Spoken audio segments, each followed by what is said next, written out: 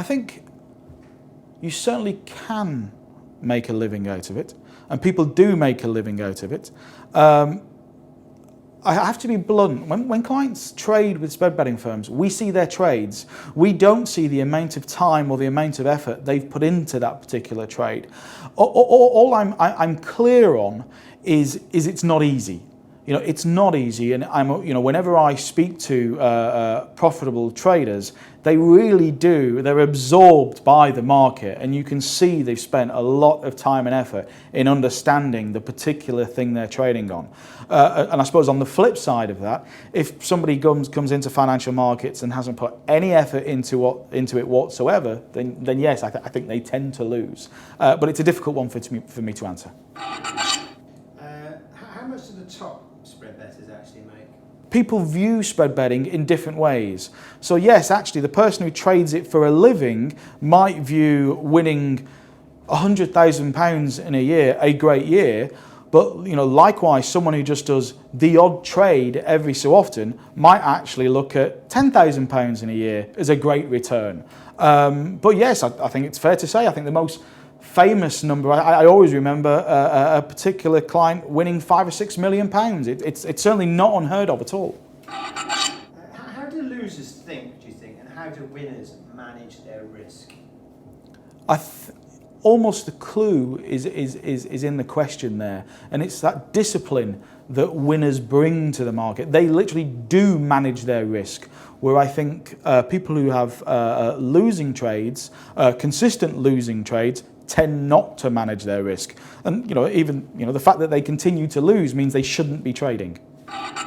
What skills and character traits make a good trader? I'm clear it is understanding the risks and the reward that the market may provide to you. And I think successful traders really do understand the relationship between fear and greed.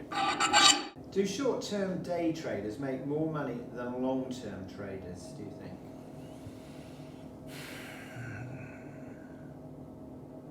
If they're good at it, they both make similar amounts. I would say that they're a very different profile. So a short-term day trader really has to be glued to the trading screen. He doesn't move away. He's constantly looking at it, and he's far more involved in every trade that he puts on. The long-term trader doesn't operate like that. He might put the trade on and perhaps even not look at it for the next 3 or 4 months. And I think it depends actually on the volatility of the markets. So if markets are very volatile, and obviously a short-term trader is on the right side of it, then he will make more money. If markets are overall trending in a particular direction, then the long-term trader will potentially make more money. What size accounts do the most profitable traders have? And then I'll move on to the other one. So what sort of account size do the most profitable traders have, do you think? That is a good question. I'm not too sure of the answer, but I'm absolutely clear it's in excess of, say, £2,000. A lot of people, when they're researching which broker to open an account with, they tend to look what is the smallest trade that they can put on. And I kind of understand that. I understand why they would like to open an account with £50 or £60. I do understand that and why they would like to do it. But I think perhaps more important is the size of the trade that you could put on rather than the opening account balance.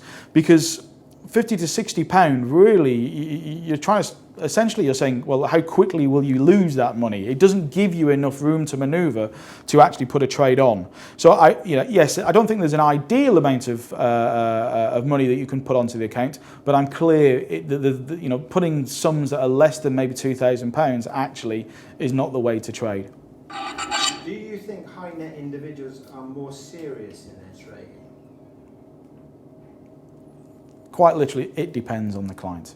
So perhaps, and maybe this is a fair answer to the question, if they're high net worth and they've made their money through trading, then yes, they tend to have a lot more discipline when they trade. But if their financial position has been produced through something completely unrelated trading, I don't think there's a generalisation I can give you on that. Do winners tend to add to winning positions? I wouldn't necessarily say add to winning positions. I think But what they clearly do is run winning positions for longer. And I think it's an old trading adage that I definitely see profitable traders do, and that is to run profits and cut losses as soon as they can. Which clients win and lose, and what are their characteristics? I don't think there's any generalisation I can give you on that, but I think the only thing I would say is people who make money have studied the market that they trade. And perhaps, and maybe this is a generalisation, that the younger end of the trading community perhaps don't put as much effort into researching the market that they trade, but it is a generalisation. I don't see necessarily any correlation between age and success of the trader.